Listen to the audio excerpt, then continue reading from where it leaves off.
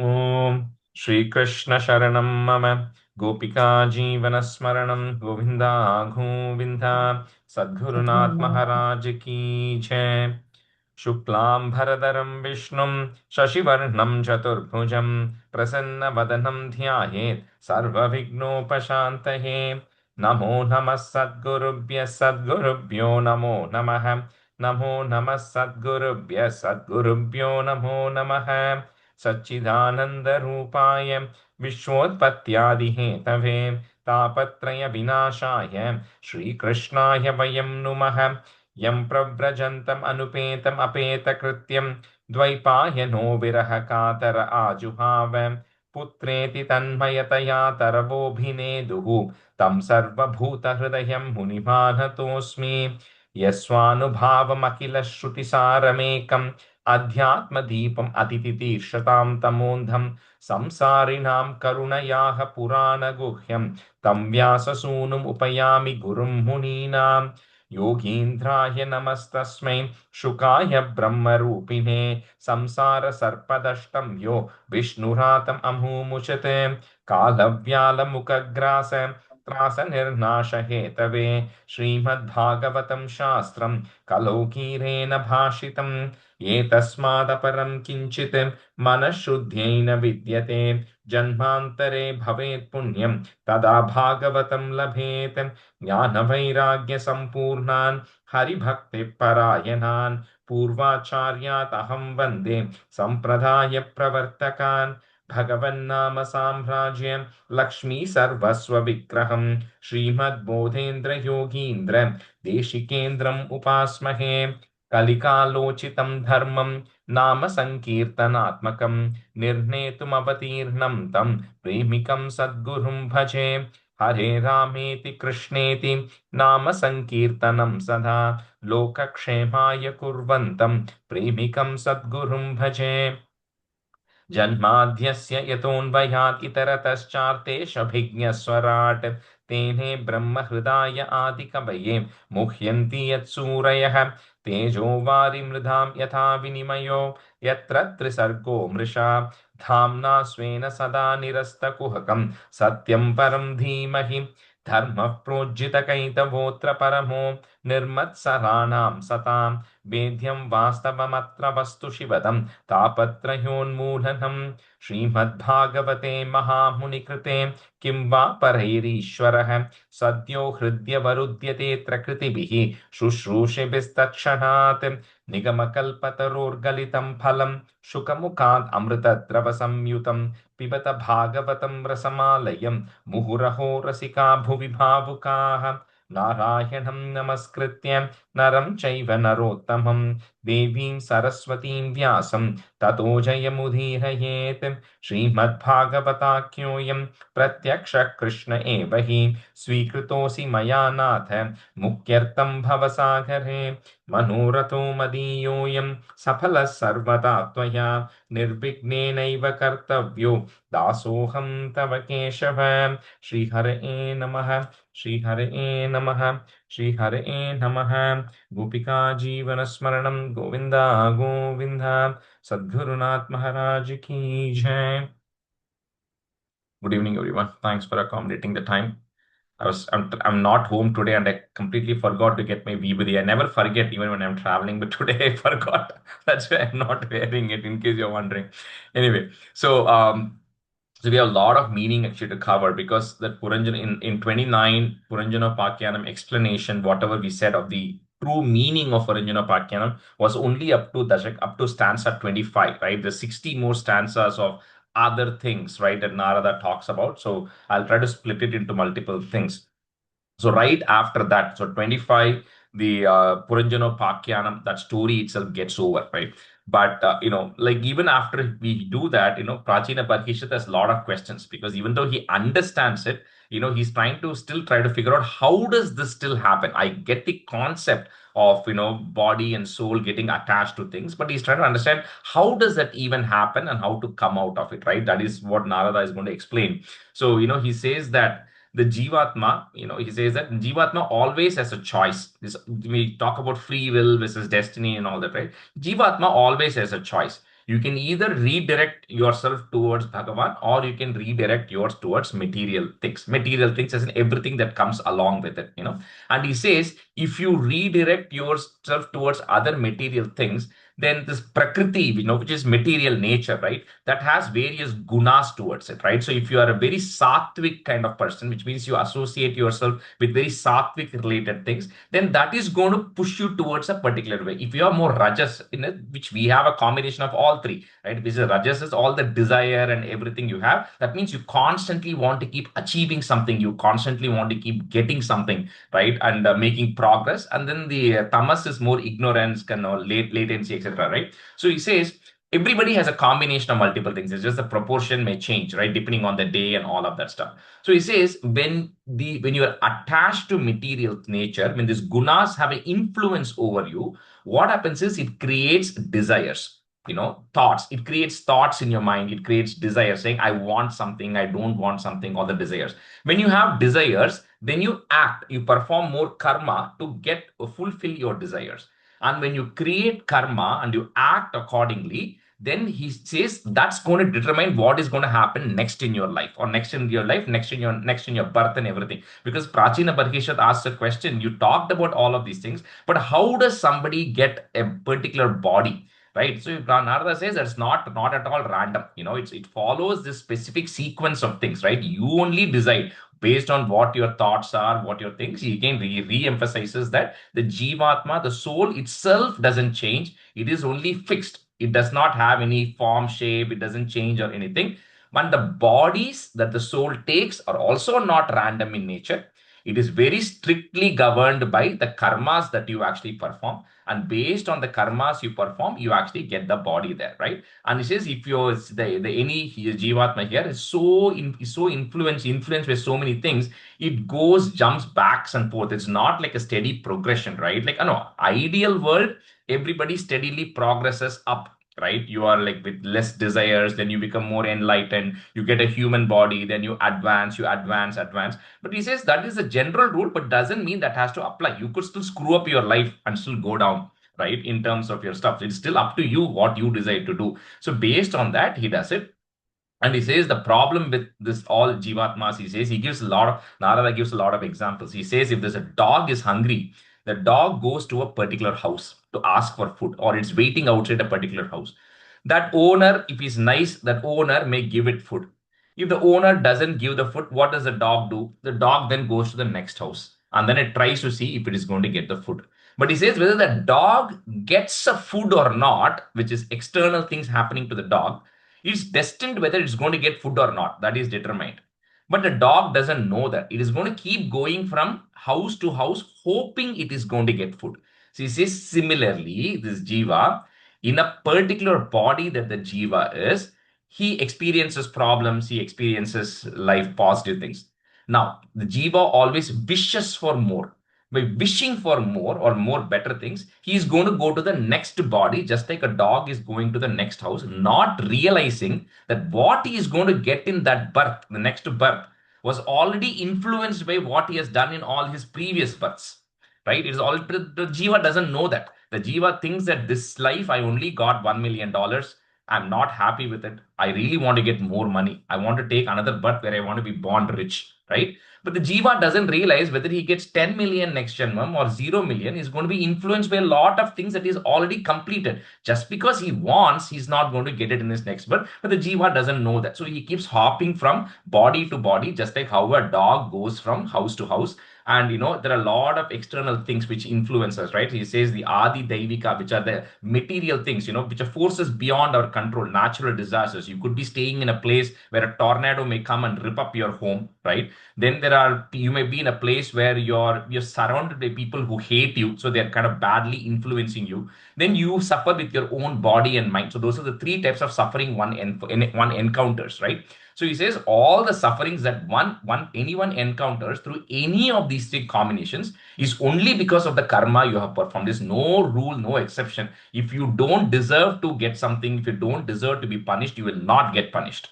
Right? So he says, Narada says, you have to lock it in your mind. You can keep thinking you are a great person, and why things are happening to you. But if something is happening to you, it's only because of your karma. There's no change in that, right? So we can only, when what we do is, but when something like that happens, right? So he gives another example. He says, I'm carrying a big load in my head, and the load is heavy on my head, right? And what we think, okay, my head is paining because I'm carrying this load. I'm going to lift it from my head. I'm going to keep it in my hip, right? Because my head pain is now gone.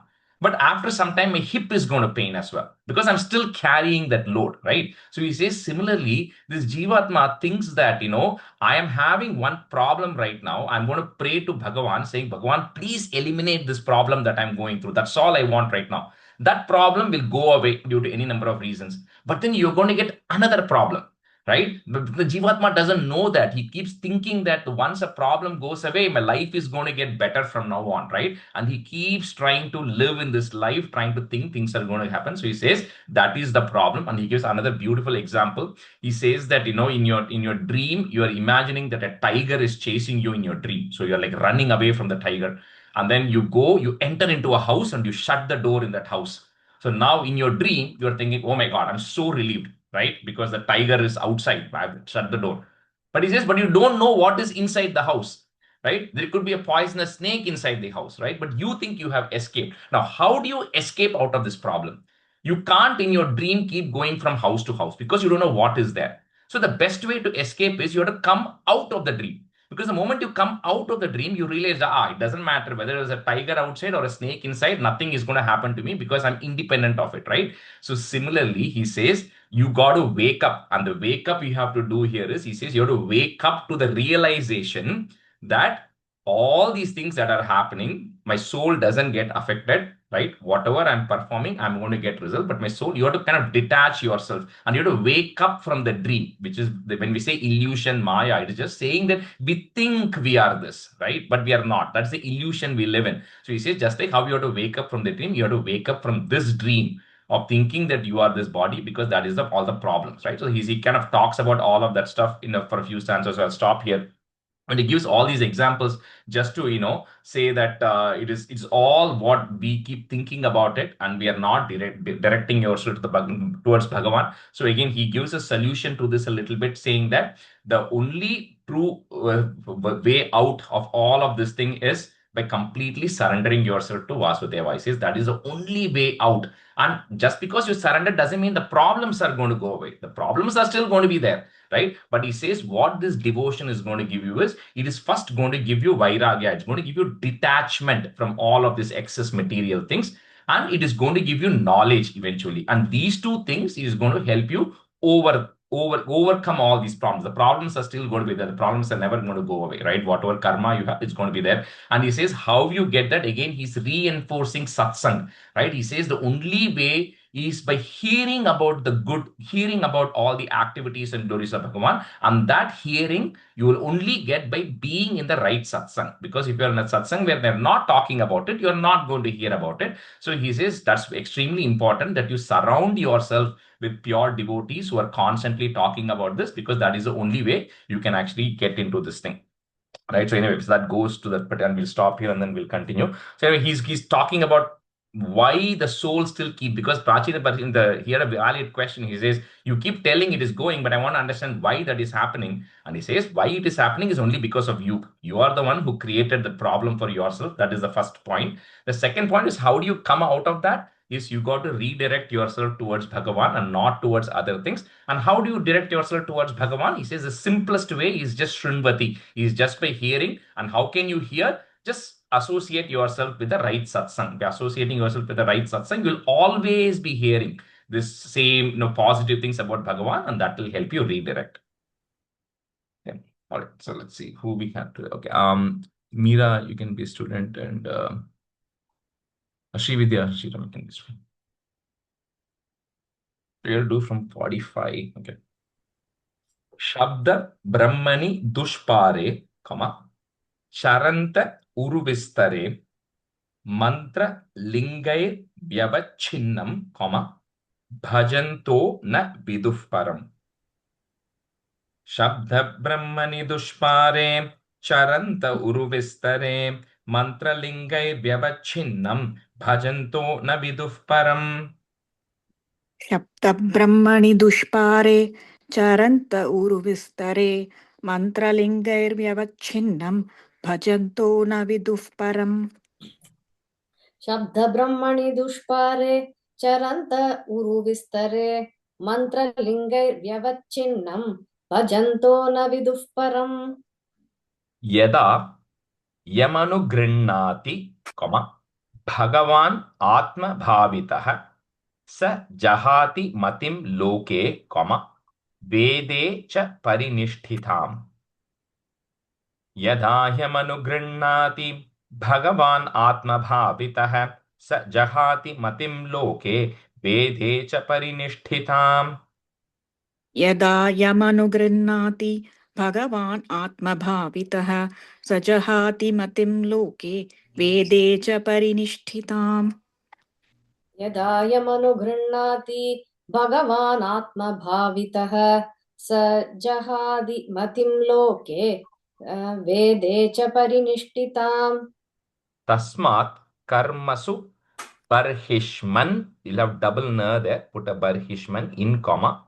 Next word will start with a ajnanat artha kashishu, breaking at the ajnanat artha kashishu martha drishtim kritash shrotra, put a plus. The next word is long word, sparsheshvas prishta, one word, sparsheshvas prishta vastushu. तस्मात् कर्मसु बर्हिष्मन् अज्ञानात् अर्थकाशिषु मार्तदृष्टिं कृताश्रोत्र स्पर्शिष्वस्पृष्टवस्तुषु तस्मात् कर्मसु बर्हिष्मन् अज्ञानात् अर्थकाशिषु मार्तदृष्टिं कथाश्रोतस्पर्शिष्वस्पृष्टवस्तुषु second कृताश्रोत्र मार्तदृष्टिं कृताश्रोत्रस्पर्शिष्वस्पृष्टवस्तुषु तस्मात् कर्मसु तस्मात् कर्मसु तस्मात् कर्मसु बर्हिष्मन् अज्ञानादर्थकाशिषु मार्तदृष्टिं कृताशोस्त्र स्पर्शिष्वस्पृष्टवस्तुषु. There's a long word, cannot break it too much. So swam lokam na viduste vai, yatra devo janardhanah ahur dhumra dhiyo vedam, sa karmakam atadvidah. Just breaking at that ma. Swam lokam na viduste vai yatra devo janardhanah ahur dhumra dhiyo vedam sa karmakam atadvidah. स्वं लोकेन विदुस्ते वै यत्र देवो जनार्दनः आहुर्धूम्रधियो वेदं सकर्मकम् अतत्विदः மீரா உங்களுக்கு லோகே இருக்கா லோகம் இருக்கா ஃபர்ஸ்ட் லைன்ல लोकम யா Lokam is correct, right? யா லோகம் யா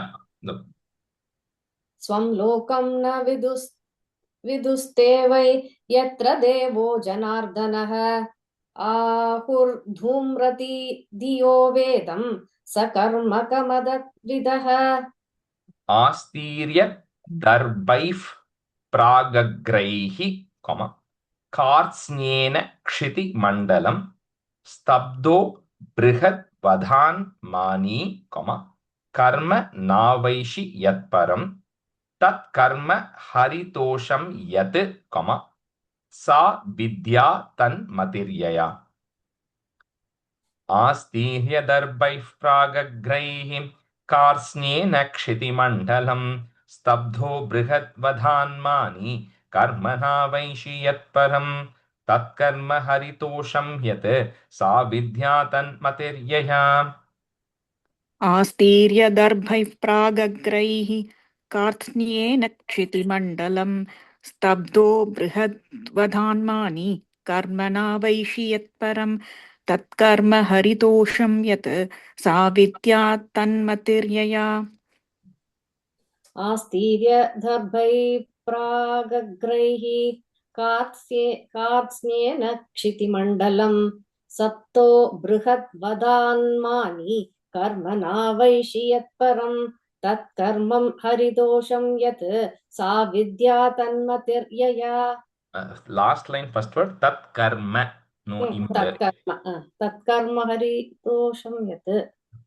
Harir deha bhritam atma, comma, swayam prakritir ishwarah, tat pada moolam sharanam, comma, yataha, say that visarga, kshemo nrinamiha.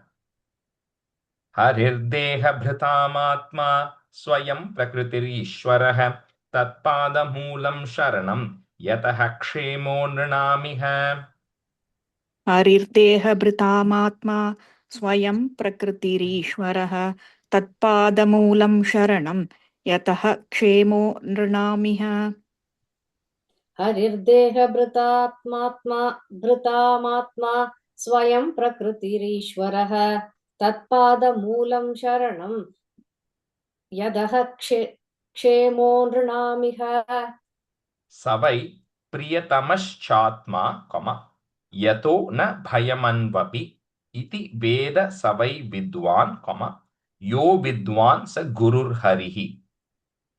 Savai priyatamaschatma yato na bhayamanvapi iti veda savai vidwan yo vidwan sa gurur harihi. स वै प्रियतमश्चात्मा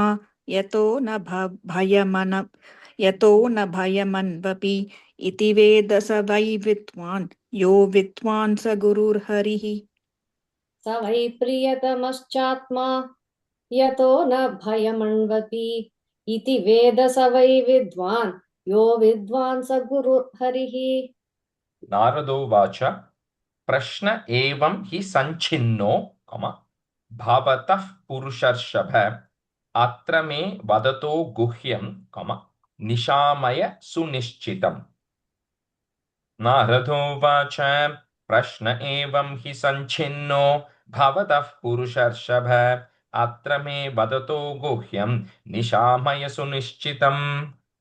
नारद उवाच प्रश्न एवं हि संचिन्नो भवतः पुरुषर्षभ अत्र मे वदतो गुह्यं निशामय सुनिश्चितम्. नारद उवाच प्रश्न एवं हि संचिन्नो भवतः पुरुषर्षभः अर्थ मे वदतो गुह्यं निशामय सुनिश्चितम्. First line purusharshava, visarga illa, just purusharshava. पुरुषर्षभ.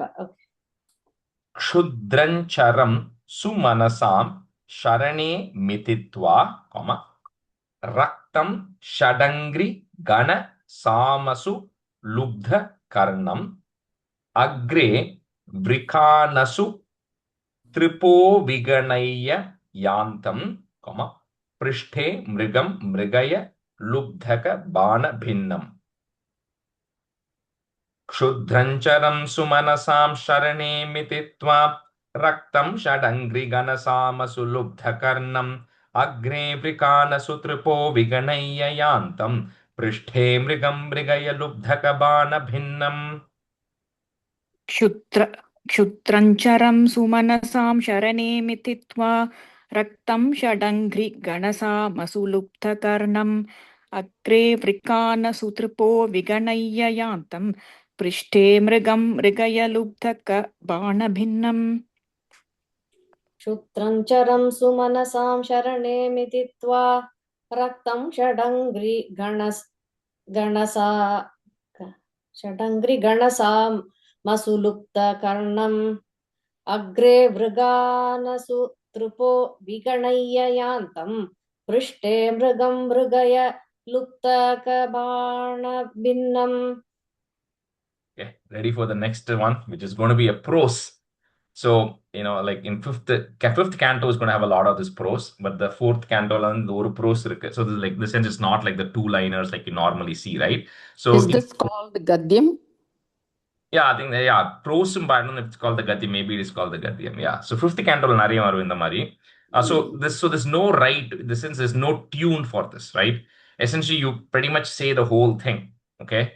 Now, there are certain places where you can generally break it, preferable. So I'm just going to tell you where you can pause, right? So you can at least say it continuously, but taking breaths in between. I will do maybe three lines or something at a time, but eventually when you're chanting, you chant the whole thing, right? So suman sumanah comma samadharmanam. I think some books may have sadharmanam. If you have sadharmanam, add a ma there. Samadharmanam strinam, then a comma. Sharana ashrame.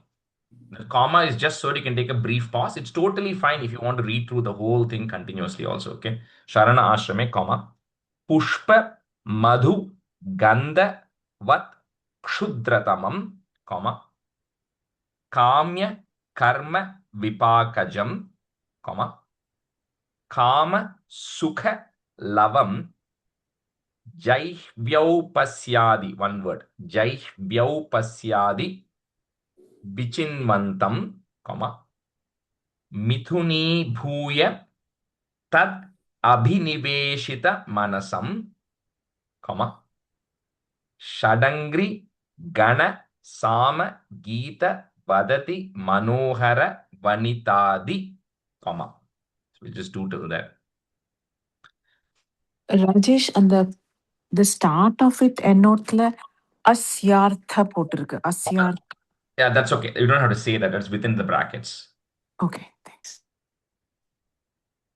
सुमनः समधर्माणां स्त्रीणां शरण आश्रमे पुष्पमधुगन्धवत्क्षुद्रतमं काम्यकर्म विपाकजं कामसुखलभं जैह्व्यौपस्यादि विचिन्वन्तं मिथुनीभूय तत् अभिनिवेशितमनसं षडङ्घ्रिगणसामगीत वदति मनोहरवनितादि. Rajesh, after Kama Sukha Lavam, do we put a comma and pause there? No, Kama Sukalavam Jaihvyo Pasyadi Vichinvantam. Then comma. Thank you, Rajesh. But these things just do what you are comfortable with, okay? Like if you want to say the whole thing together, say the whole thing together. I'm just putting some comma so that when we are all chanting, we can be consistent in how we say it. That's all. सुमनः समधर्माणां स्त्रीणां शरण आश्रमे पुष्पमधुगन्धवत्क्षुद्रतमं काम्यकर्मविपाकजं कामसुखलवं जह्यौ पश्यादिविचिन्वन्तं मिथुनिभूय तद् अभिनिवेशितमनसं षडङ्घ्रिगणसामगीत वदति मनोहरवनितादि. सुमनः समधर्माणां स्त्रीणां शरण आश्रमे पुष्पमधुगन्धवत् क्षुद्रतमं काम्यकर्म विभागजं कामसुखलवं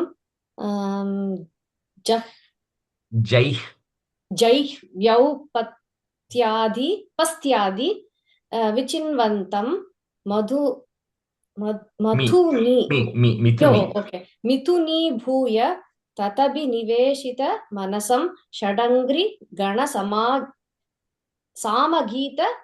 vadati manohara vanitadi. Yeah. The next word is a long word, cannot break that too much. Janalapeshwati taram. Up to that is together.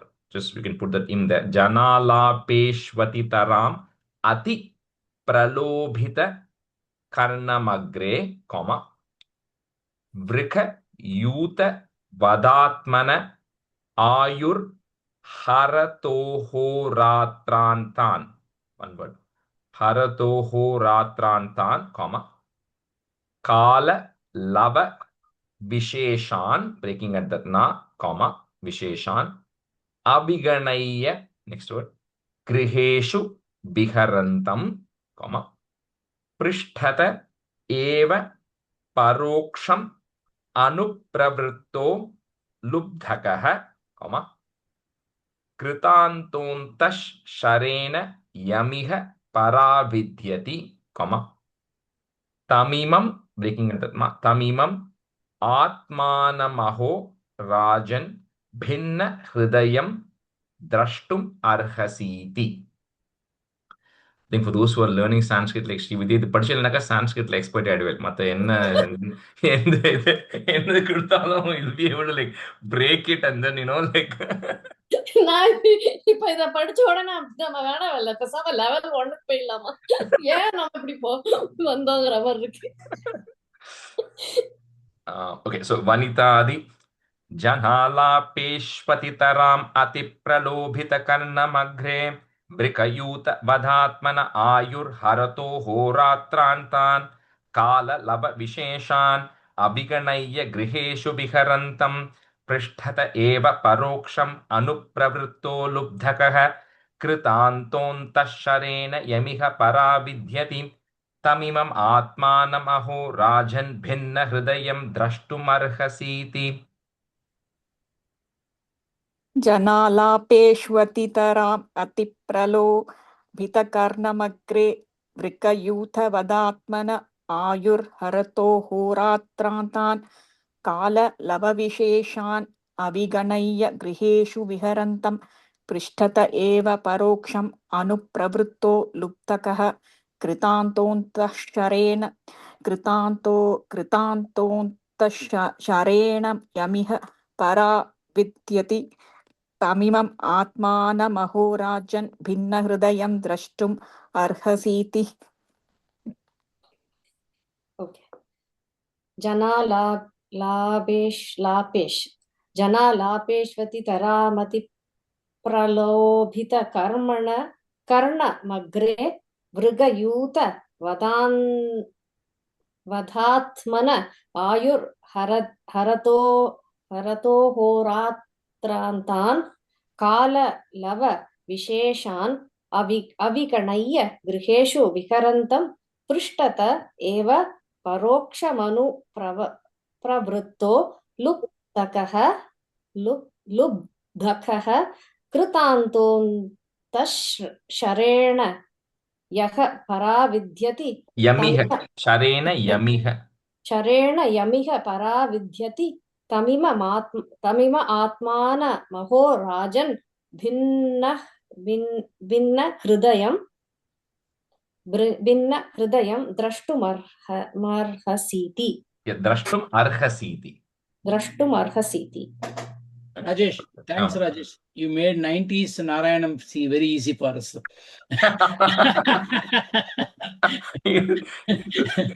For those of you who are thinking, you can just forward look at your 5th canto just for kicks. Just look at 5th canto, how like you can look at 5.1. Just look at 5.1. I know it's a tongue twister. It's difficult words there. I know.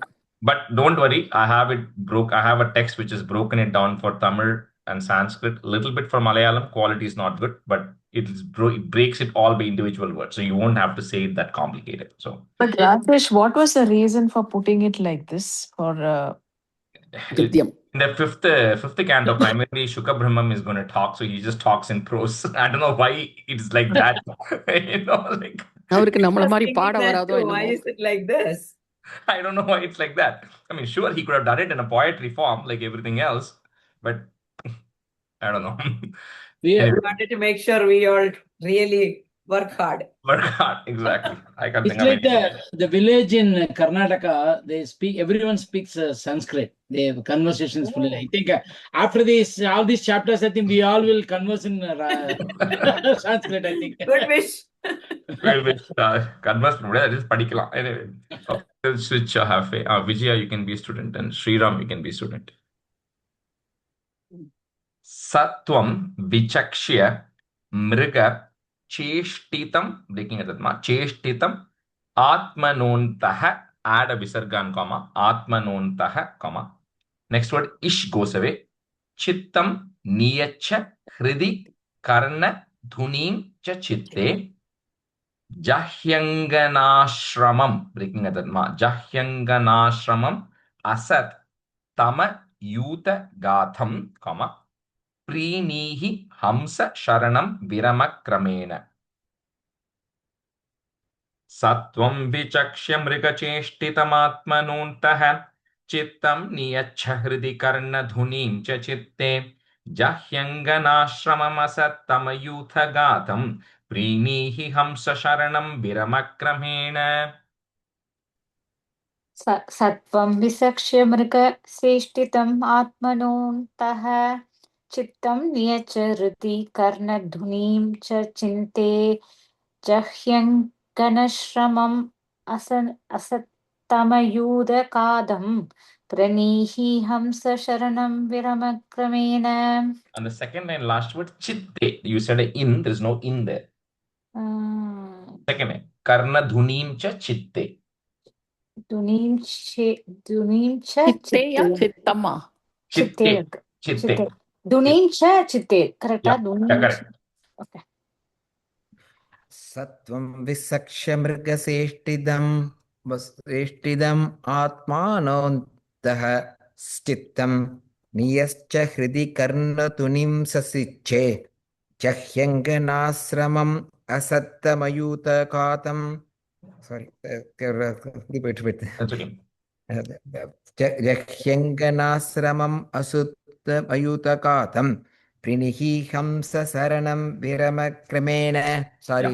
I know the voice. And the first line mattum and at the end the comma is mriga cheshtitam atmanontaha, and then the first line ends. Okay. Okay, that's all. Yeah, and then next word is chittam. That's the only correction. Okay. Rajo vacha shrutam anvikshitam brahman, comma Bhagavan yadabhashata naitaj janantyupadhyayaha, one word, janantyupadhyayaha, comma kimna bhruyur vidur yadi. राजोवाच श्रुतम् अन्वीक्षितं ब्रह्मन् भगवान् यदभाषत नैतज्जानन्त्युपाध्यायाः किं न ब्रूयुर्विदुर्यदि.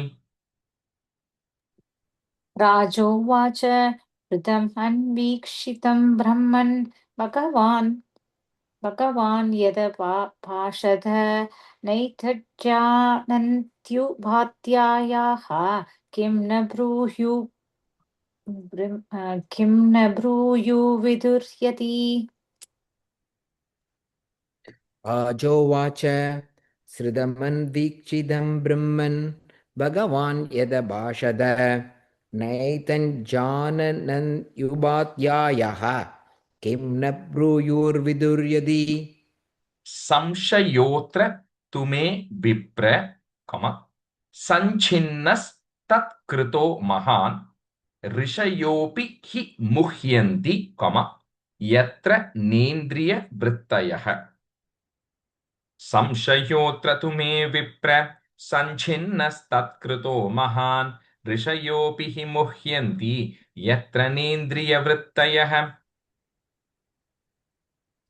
संशयोऽत्र मे विप्र सञ्छन्न तत्कृतो महान् ऋषयोभिः मुह्यन्ति यत्र नेन्द्रियवृत्तयः. नेन्द्रिय, last word, नेन्द्रिय. Okay, यत्र नेन्द्रियवृत्तयः. संशयोऽत्र तु मे विप्र संसिन्नस्तत्कृतो महान् ऋषयोभिः मुह्यन्ति यत्र नेन्द्रियवृत्तयः. कर्माण्यारभते येन, पुमानिह विहायतम् अमुत्राण्येन देहेन, जुष्टानि स यदश्नुते. कर्माण्यारभते येन पुमानिह विहायतम् अमुत्राण्येन देहेन जुष्टानि स यदश्नुते. कर्माण्यारभते येन पुमानिह विहायतम् अमुत्राण्येन देहेन जुष्टानि स यदश्नुते. कर्माण्यरपदेन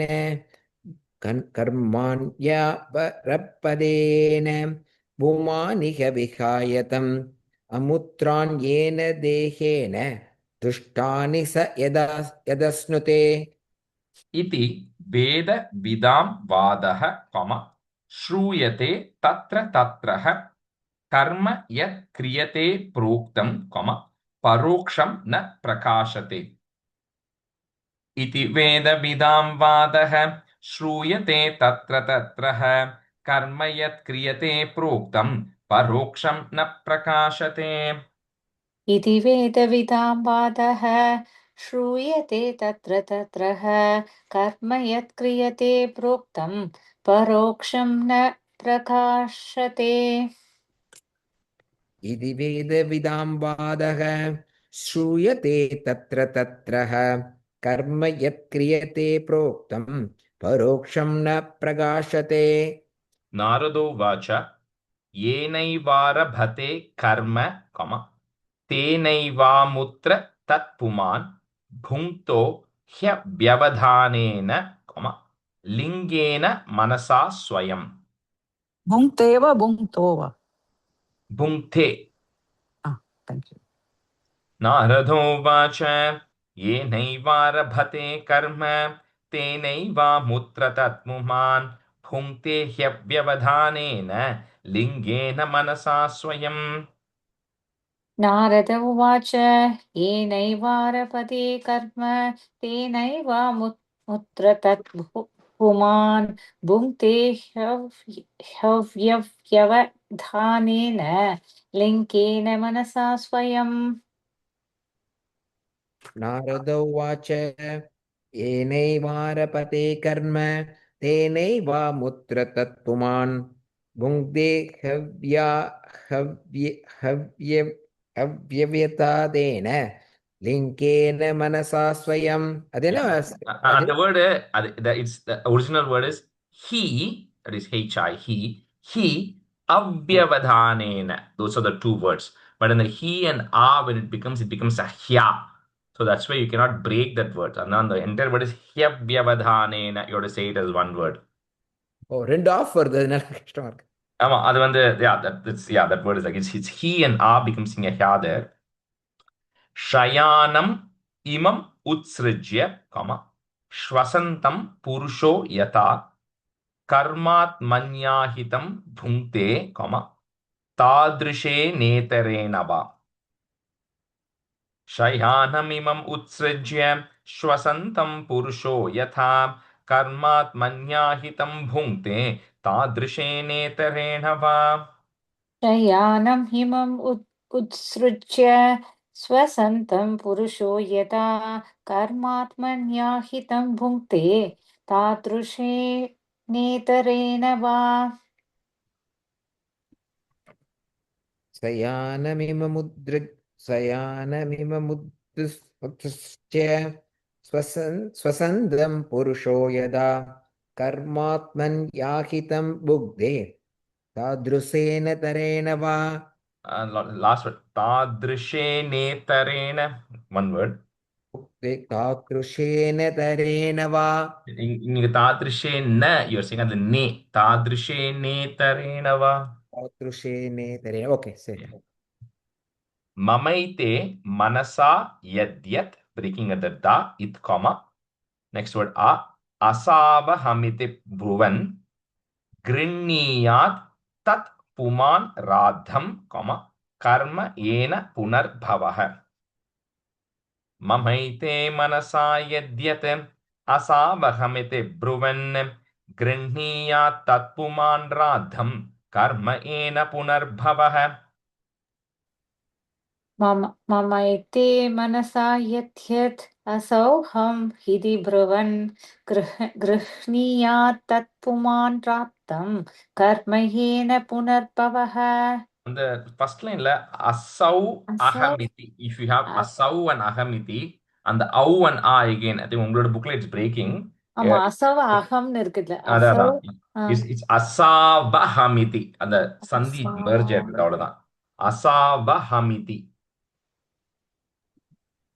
அசாவஹமிதி yeah அசாவஹமிதி yeah அசாவஹமிதி yeah correct ममैते मनसा यद्यत् असावहमिति ब्रुवन् गृह्णीयात् तत् पुमान् राद्धं कर्म येन पुनर्भवः Yathanumiyate chittam, breaking at that ma, comma, ubhayair indriyehitaihi, evam prag dehajam karma, comma, lakshyate chitta vrittibihi. Yathanumiyate chittam ubhayair indriyehitaihi, evam prag dehajam karma, lakshyate chitta vrittibihi. यद्हानुमीयते चित्तम् उभयैरिन्द्रिये हितैः एवं प्राक्तेहजं कर्म लक्ष्यते चित्तवृत्तिभिः यदानुमीयते चिद्धम् Ubayair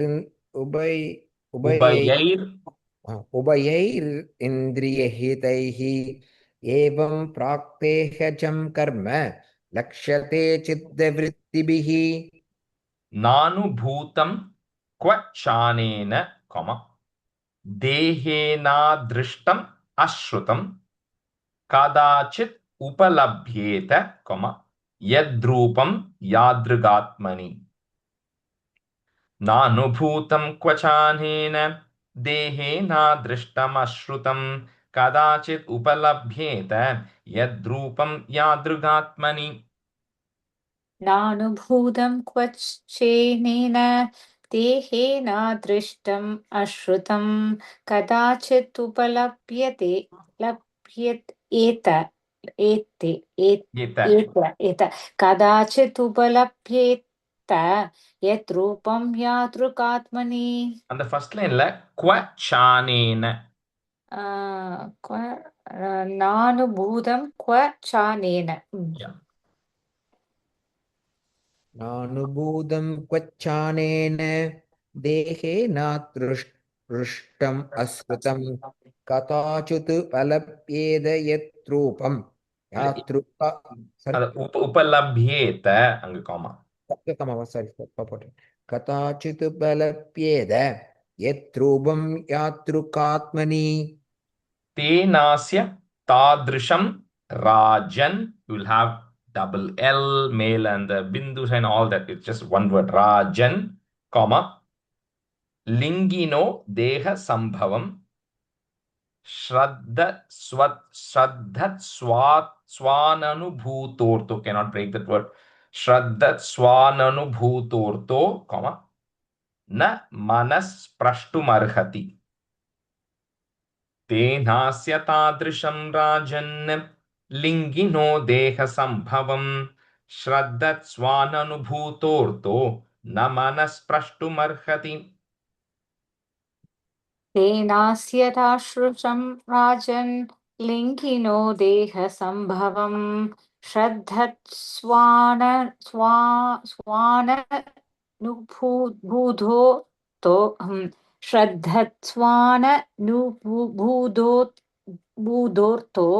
न मनस्पृष्टुमर्हति. Correct. And the word cannot break that, so you have to just say it there. Rajesh Rajan பக்கத்துல ஒரு இல்லு வேற போட்டிருக்கே ராஜன் அந்த இல்லு that see, it's actually in, but then the in is joining with a la next to it, right? It takes the double ill and all that sandhi rules. So break பண்றதுனால it becomes rajan lingino. तेनस्य तादृशं राजन् लिङ्गिनो देहसम्भवं श्रद्धत्स्वाननुभूतोऽर्थो नमः स्पृष्टुमर्हति. Yeah. So for those who are curious, Sanskrit, you can also have a double ill, right? So you could have a word which ends with the ill and next word starts with a la, right? So that'll have the ill and a la or lingino will be there. But if the previous word is ending with a na, then also it will take the ill. So to differentiate between that, they put that bindu symbol in Sanskrit. If you're also looking at Sanskrit, you'll have that bindu symbol. That is to say that it is not an ill, it is actually an in. So, and that's a little different. That's why that word is rajan and then lingino. Mana eva manushyasya, comma, purva rupani shamsati bhavisyatascha bhadramte, comma, tathaiva na bhavishyataha. Mana eva manushyasya purva rupani shamsati भविष्यतश्च भद्रं ते तथैव न भविष्यतः मनहेव मनुष्यस्य पूर्वरूपाणि शंसति भविष्यतश्च पत्रं ते तदैव न भविष्यतः मन एव मनुष्यस्य पूर्वरूपाणि संशति भविष्यश्च भद्रं ते तदैव न भविष्यतः अदृष्टम् अश्रुतं चात्र क्वचिन् मनसि दृश्यते यथा तथानुमन्तव्यं देशकालक्रियाश्रयम् अदृष्टमश्रुतं चात्र क्वचिन् मनसि दृश्यते यथा तथानुमन्तव्यं देशकालक्रियाश्रयम् अदृष्टम् अश्रुतं चात्र क्वचिन् मनसि दृश्यते यदा तदानुमन्तव्यं देशे कालक्रियाश्रयम् देशकालक्रियाश्रयम् अदृष्टमश्रुतं चात्र क्वचिन् मनसि दृश्यते यदा तदानुमन्तव्यं देशकालक्रियाश्रयम्. I'll stop here. I'll just tell 5 more minutes of meaning because this is a long chapter, right? So the second half of this, as he goes through this, right, he talks about the Prachina Barhish's fundamental problem was what? He was too involved in doing karma kanda, right? So here Narada is saying the primary purpose of everything, the Vedas, the primary purpose of Vedas is actually to understand Bhagavan. That is a root cause. That's what Veda Vyasa Narada also said in the first canto, right? He says the primary purpose of this is to understand. But what happens is people end up learning Vedas before they end up getting Jnana Yoga, which means they then interpret the Vedas wrong, thinking that it is for material benefits. But that's not the intention of this. Anyway, so he says that nobody can truly understand Bhagavan. That's why in that stanzas 42 and all, when we did last time, it has all these things. Marichir, Atrir, Angirastau, Pulastyaha, Pulaha, Kratuhu. It talks about all these great rishis, right? He says everybody, including Brahma and including me as Narada, he says, nobody can truly understand Bhagavan because he's beyond all of us. So how can you understand somebody who's beyond everybody? So whatever everybody is doing is only up to their knowledge that they have of Bhagavan. They can talk about Bhagavan, right? So there's no way to truly understand him. He says the only way you can understand is if Bhagavan decides that you should understand him.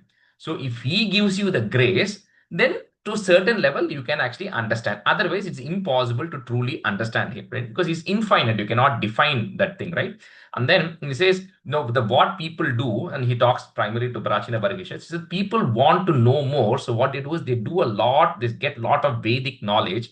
And he's not saying it is wrong, but the way he's saying is the way people do it is you get all that knowledge, and then how do you use it? You say, okay, I'm going to go perform this action because I'm going to get this result, right? So that is the karma kanda of the Vedas, which says you perform this, you actually get this in result. So he says people start doing that, they get so attached to those Vedic rituals that they start performing more and more because they always want an output, right? So he says all of that will look attractive to you. He said it's very natural because remember how it is, right? Because of our gunas, we have desires, we have thoughts. Because of these thoughts, we want things. Because we want things, you go perform various homams, and in those homams, you expect results in return. So that becomes a cycle. He says that is a problem. Everybody starts doing that because they are actually expecting that result in return. He says those are people like all of us. He says those are people who are less intelligent. They don't truly understand the purpose of that. So they don't understand that the primary purpose of Vedas is to understand that Bhagavan because it describes that Bhagavan in the Vedas. And if someone truly understands that, then they will not perform the karma kanda portion of the Veda. So he's not saying don't perform those things. He says you should perform those things, but don't perform it with the intention of getting something in return. right? That's so that made it become very transactional in nature. He says that is because we all have forgotten about who this Bhagavan is, right? And he says, Barhishrat, you have performed so many sacrifices, so many yajnas you performed. In that yajnas, you killed so many animals, you did so many different things as a result of this. So because of that, what is happening is you became very proud that I have performed, 100 yajnas, I have performed 1,000, Parikshit performed more, right? So because of what everything you performed, your pride is beginning to go up, which means you want to do more, you end up killing more, or you end up doing other bad things, right? Because you are now keeping track of all the progress you're making. So now it has completely led you into a wrong direction. The original intention of these things were all the right things. So he says the most important thing, anything you do, like I think we were discussing in the car, he says the question is, does this please Bhagavan? That's what Narada says. But he clarifies what the pleasing is. So, for example, you all are a lot of mothers here. When your children were small, the father used to take the child to go to JC Penney or Macy's for Mother's Day, put their credit card and buy something that you wanted, and then the child will come, the child will pack it up and give it to you as a Mother's Day gift. And the mother feels happy about it, right?